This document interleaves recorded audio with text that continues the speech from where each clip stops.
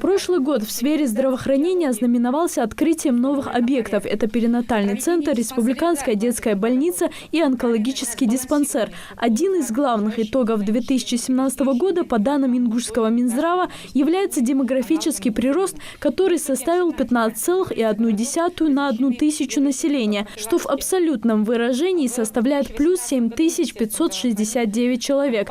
Кроме того, снизилась младенческая смертность на 33%. Министр в своем выступлении также озвучила проблемные вопросы в сфере здравоохранения. Несмотря на то, что последние годы построено огромное количество лечебных учреждений, более 25 учреждений, довольно-таки крупных, которые явились, скажем так, основополагающими для того, чтобы улучшить показатели, результаты деятельности здравоохранения.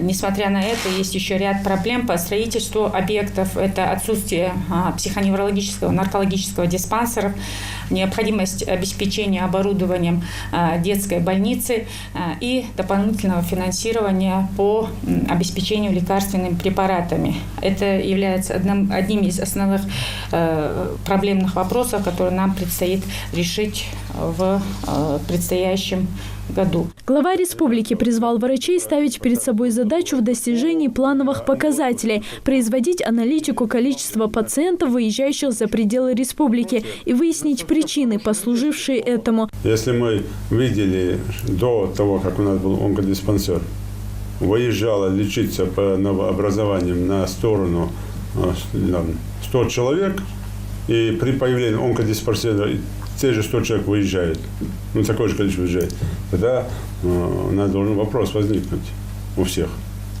А зачем мы его строили? Для чего мы его строили? Какая эффективность используем бюджетных средств? Это очень серьезно, прошу обратить внимание и министра, и помощников, и всех, кто за этим наблюдает. Не только онкодиспансер, вообще, я говорю, по всем проектам. Юнусбеком Ювкуровым также была озвучена проблема отказов от вакцинации детей и отсутствия консультативных кружков для женщин, направленных на их здоровье. Был затронут и вопрос этики поведения врачей. Человек, который приходит к вам, вы ему не создаете комфорта. А мне все-таки хочется при таком колоссальном вливании в здравоохранение, это, поверьте, огромные средства на инфраструктуру, хочется, чтобы люди все-таки почувствовали комфорт, почувствовали внимание, теплоту, и так далее, и так далее. Понятно? Я на это тоже обращаю очень серьезное внимание. Территориальным органам Росздравнадзора по Ингушетии за 2017 год было проведено 158 проверок. В докладе были обозначены те нарушения, которые имеют системный характер, в том числе неправильное ведение медицинской документации, нарушение внутреннего контроля качества и правил хранения лекарственных препаратов. По данным проверкам, исполнение плана территориальным органам составило 100%. И по проведенным проверкам было выдано 83 предписания и составлено 31 протокол об административных правонарушениях.